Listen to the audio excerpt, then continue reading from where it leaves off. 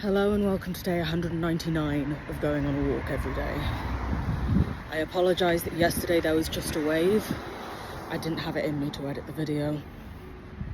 Sorry. Yesterday was a strange day. After over 3 years on the waiting list, I finally got an appointment for my autism assessment, which you'd think would be a good thing.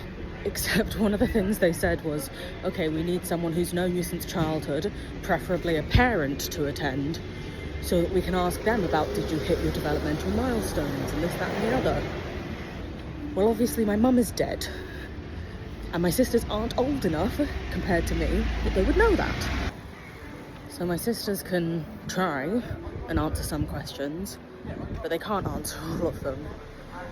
It was just like this punch in the gut again of, I really wish my mum was here. To then add to my already upset feelings, they added that essentially it's really hard to diagnose autism as an adult, and there's no one there who knows if I hit any developmental delays and stuff.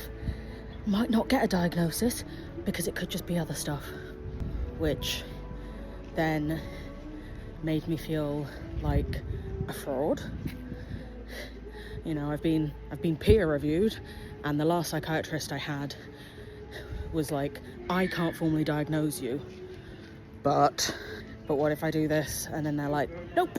And I've been saying, hey, I think I have this thing, and actually, according to them, I don't.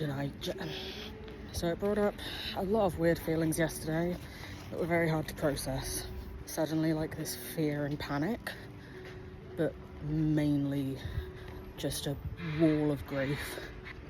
Because, trust me, I'm grieving every day, but this was one of those things that, like, oop, by the way, to do this, we need to speak to your primary carer from childhood. Oh, she's dead? Oh. Glad I've got the appointment, but just brought back to the forefront not having mum here for things. You know, with my 30th birthday on Monday, I'd kind of worked through, well, I was kind of prepared for the fact that she wouldn't be here for big things like that.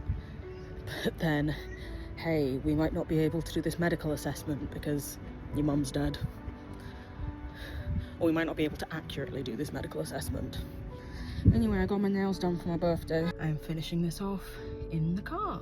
So I've been talking about how shit that they're like, we might not be able to diagnose you if we can't get this information.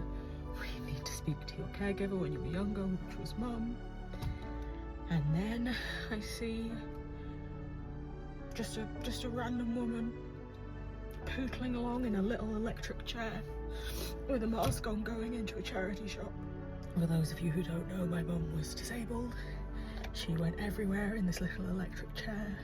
Because of her illnesses, she always wore a mask, because even though most people don't give a shit about COVID anymore, for her it was still such a risk. And I swear to God, you could not drag that woman out of a charity shop. She could not go past one without going in. And so I'm just saying how this is actually really tough, and I miss her, and then see just such a vivid reminder of her, which you'd think would be nice. But I'm not sure I'm at that point in my grief yet. Instead, it was just hard. So I started crying and came back to my car. Anyway, with that being said, I will say thank you all very much for joining me. I hope you have a lovely rest of your day and a lovely amount of time until I see you next, whenever that may be. Hopefully tomorrow, for day 200. Bye bye.